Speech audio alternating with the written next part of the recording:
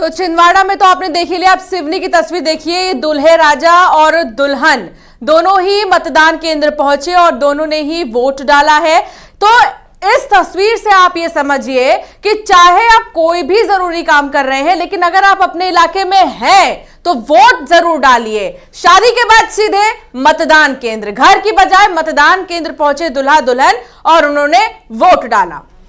और ये तस्वीरें सिर्फ आकर्षक तस्वीरें नहीं है, ये प्रेरित करने वाली तस्वीरें हैं। कितनी व्यस्तता होती है अमूमन अंशिका शादी विवाह में, ये भी कुछ बताने की इसमें आवश्यकता नहीं है, लेकिन जो दिव्यांग हैं या नए दूल्हा दुल्हन हैं, बुजुर्ग हैं, फर्स्ट टाइम वोटर्स हैं, ये लोगों को प्रेरित करते हैं कि आप इस लोकतंत्र के महापर्व का हिस्सा बने, इसकी महिमा को, इसकी गरिमा को, इसके महत्व को समझें और अपना वोट कास्ट जरूर करें। न्यूज़ 18 मध्य प्रदेश छत्तीसगढ़ की टीम लगातार कवरेज कर रही है और अलग अलग तस्वीरें आपके लिए हम लेकर आ रहे हैं जिससे आपको प्रेरणा मिल सके वोट डालने की।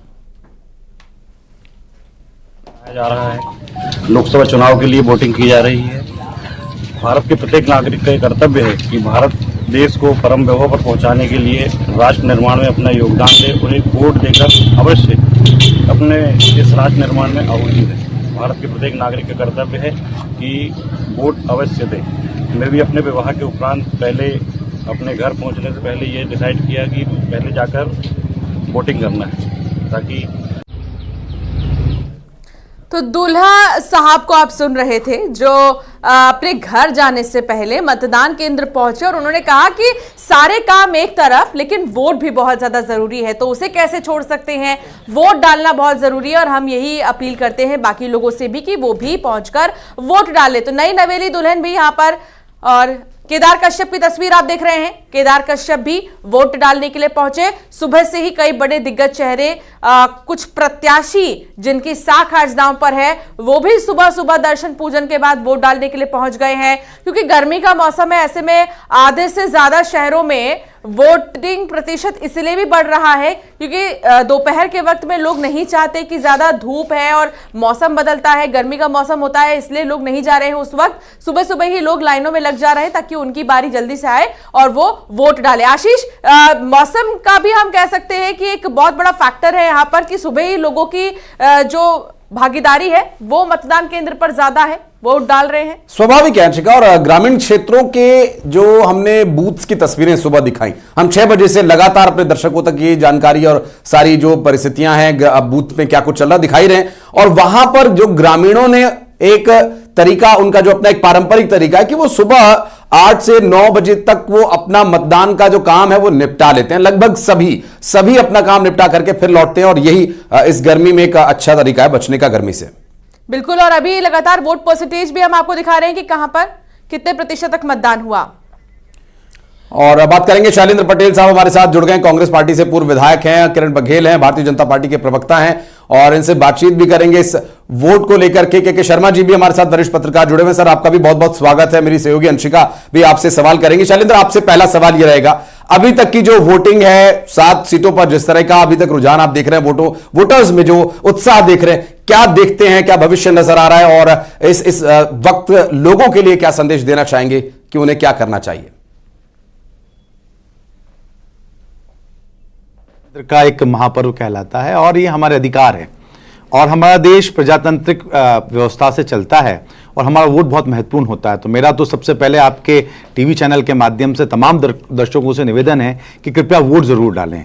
आपको जिसको वोट देना है अपने मत का अधिकार का इस्तेमाल जरूर करें, क्योंकि कई बार होता यह कि हम बातें तो बहुत कुछ करते हैं देश के निर्माण के लिए, लेकिन वोट डालने जैसी जरूरी चीजों से कहीं ना कहीं परहेज कर जाते हैं।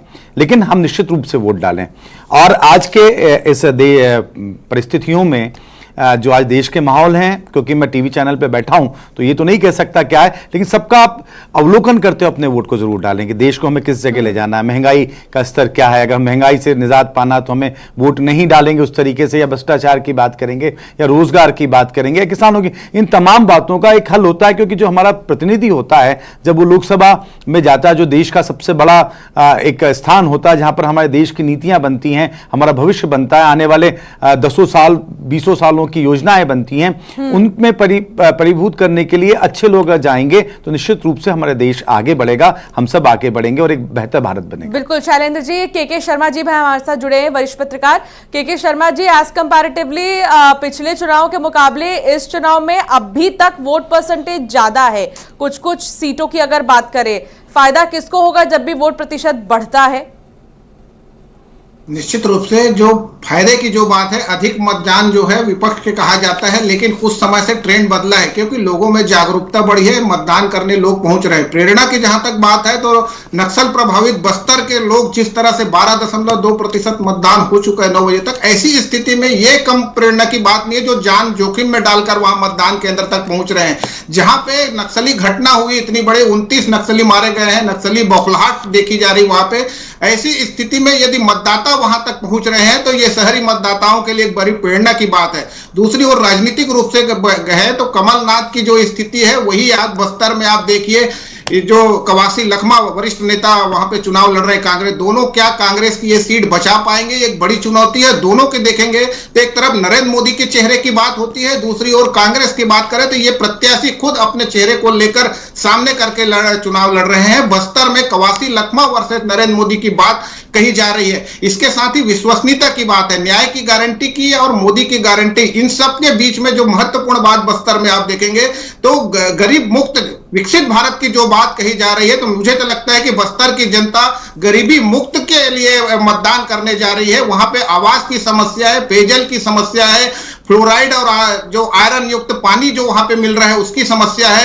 एक यहां तक के इमली के प्रोसेसिंग प्लांट के लिए वहां पे वनोपज के जो प्रोसेसिंग प्लांट है उसकी आवश्यकता है। साथ ही वनोपज को आप देखेंगे वहां के लोग जूते चप्पल के लिए, चना गुड़ के लिए मतदान कर रहे हैं। वहां जिस तरह से घोषणाएं की जा रही है तो गरीबी के क्या हालात है वो बस्तर दिखाई देता है। बस्तर के शर्मा जी ये मुद्दे अभी हम और एक एक करके विस्तार पूर्वक इस पर बात करेंगे। भारतीय जनता पार्टी की प्रवक्ता किरण बघेल जी हमारे साथ जुड़ी हुई हैं। किरण जी, मुझे वो सुबह की तस्वीर याद आ रही है, करीब जब 7 बजे मतदान शुरू हुआ, 7:15 बजे के आसपास हमारे साथ हमारे 2 सहयोगी जुड़े हुए थे। एक शहडोल से हमारे साथ शैलेंद्र जुड़े हुए थे और दूसरा हमारे सहयोगी सतीश जो कि बस्तर, जहां का जिक्र अभी शर्मा जी कर रहे हैं, वहां से जुड़े हुए थे। एक पोलिंग बूथ पर हम देख रहे थे व्हील चेयर है, टेंट लगे हुए हैं, पानी की व्यवस्था है, बच्चों को जो अपने पिता या माता के साथ बच्चे आने वाले उनको बैठाने की व्यवस्था, उनको खेलने के लिए एंगेज करने की व्यवस्था है।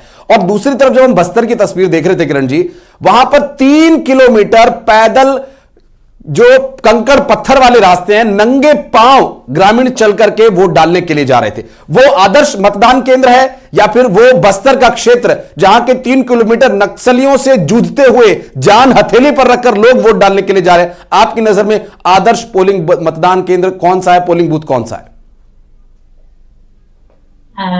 आशीष जी, मुझे लगता है दोनों ही एक आदर्श पोलिंग मतदान का छवि प्रस्तुत करते हैं। अगर हम बस्तर की बात करें तो सुदूर और काफी नक्सलाइट प्रभावित इलाका है और जहां बहुत लोगों को अपने घर से निकलकर वोट डालना ही एक बहुत बड़ी चुनौती होती है, क्योंकि नक्सलाइटों का एक दिन पहले ही फरमान जारी हो जाता है कि वोट डालने आप नहीं जाएंगे। तो आप देख सकते हैं मोदी जी पे इतना भरोसा है लोगों को, या हमारे लोकतंत्र पे इतना भरोसा है कि अपनी जान की जोखिम लेकर भी, अपनी जान की परवाह ना करते हुए भी लोग बाहर निकल रहे हैं और वोट डाल रहे हैं। ये हमारे भारत के लोकतंत्र की खूबसूरती ही है कि लोग अपनी जान की परवाह किए बिना भारत के नव निर्माण के लिए अपने प्राण की आहुति देने के लिए भी आगे आ रहे हैं। और रही बात अरेंजमेंट की बात कर रहे हैं, चाहे व्हील चेयर की बात कर रहे हैं, तो ये भी भारत के लोगों की निष्ठा दिखाती है अपने प्रधानमंत्री के प्रति, अपने राष्ट्र के